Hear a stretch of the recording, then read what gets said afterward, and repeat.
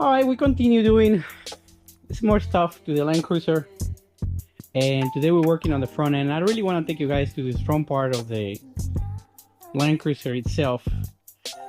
You guys have seen it with the cover already on it, and the grill, and the beautiful classic parts on it that really bring up the aesthetics of what the 80s was on these vehicles, and the iconic, what make them really famous logos, especially on this diesel one. But you don't really get to see behind what is really behind the scenes of, you know, the grill and what hides behind it. And what I'm doing today is I finished wiring the halos, the lights, the high and the low beams, the horns, the turn signals, and the running lights. They're all already working. But also there's other things that you guys didn't get to be part of, which is, you know, of course, the air conditioner. The air conditioner was a pretty challenging part of the build. It's an electronic AC system that the compressor works. It's an electronic, it has no pulleys. And it's really no instructions when you get these devices. You really have to have knowledge of how the AC system works, what size hoses to use.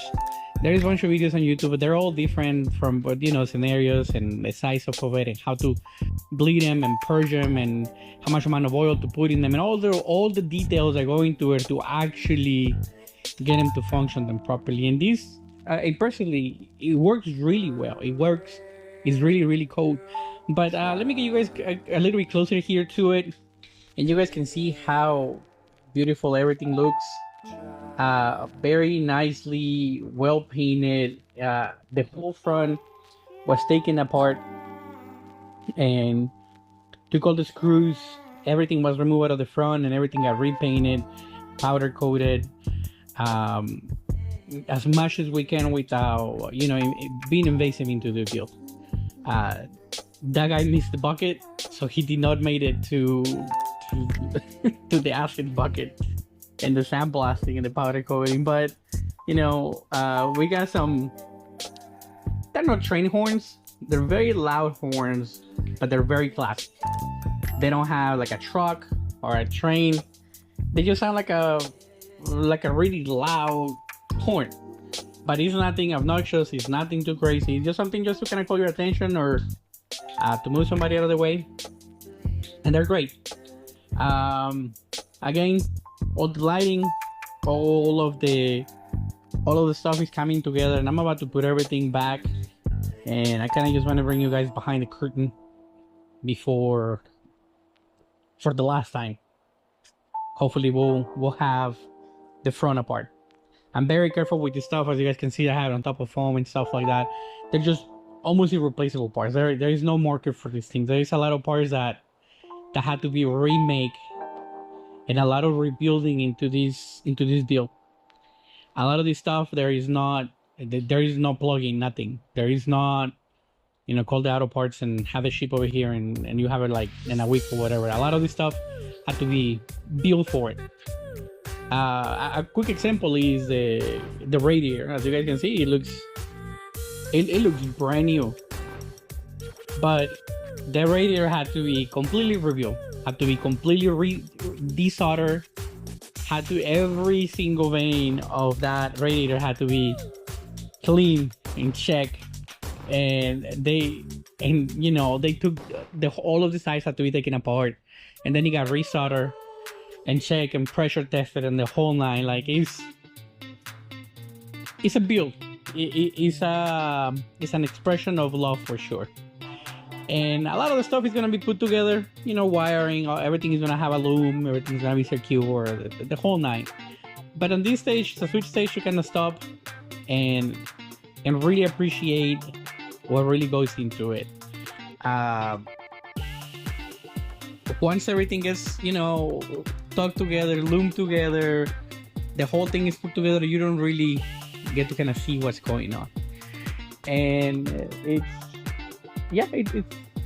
is an expression of love for sure. You do have to be devoted to the job. You gotta look at more than just a job. You got to look at more of an expression and an extension of your passion into a build, a passion into what you're doing. A lot of people get frustrated with builds. A lot of people lose motivation with builds. A lot of people just see them as a money. You know, I already put a lot of money into this thing. It's not even worth it no more. It's not worth it no more. Then what is really worth it? What really becomes what is actually what you're doing? Is it are you building like a bank? Are you building something that is for your soul, for your heart? Something when you're behind the steering wheel and you feel it and you touch it, it really fulfills you. You can feel an extension of yourself, and you know, and even me as a builder, when somebody else gets to drive them, how that person feels when he gets to finally be behind. Is it an expression and an extension of what they ambition? Is it a desire? Is it, you know, what they have craved since they were kids, or since, you know, since they saw it on a car show or a movie?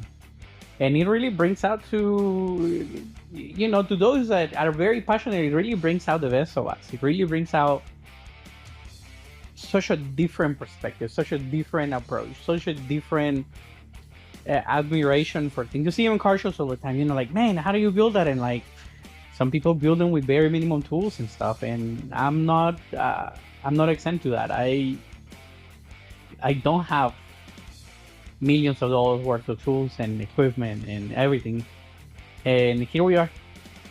I don't know what number this is or how many I have built, but I love doing this. It makes me happy. Every screw that I touch, every O-ring has grease on it, every hose has a holder, and every wire is zip tied to something. Like, it's such an extensive amount of a build that by the time that you're done, you really don't realize how much stuff you have done to it. I am on I was just thinking about this, and I am on roll number 8 of electrical tape.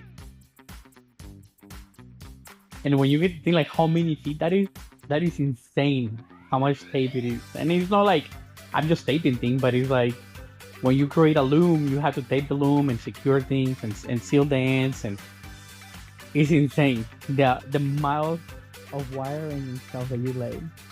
Anyway, all that to say that, you know, it's coming all together really well. It's looking amazing. I am really enjoying the way that it's coming together. It does have a very beautiful face and a very beautiful front. And I just wanted you guys to be part of it and to be part of this build, which is just what it is at the end of the day. The purpose of the video is just to share to share with people, to share with enthusiasts, to share the joy of seeing other people build things, which is what we all do it for. Thank you very much for watching another video. I don't usually say it, but don't forget to subscribe. Don't forget to like. Don't forget to comment. Don't forget to ask questions and comment on things. You know, all of it is welcome. Thank you very much. God bless you all, and you all continue to stay safe out there.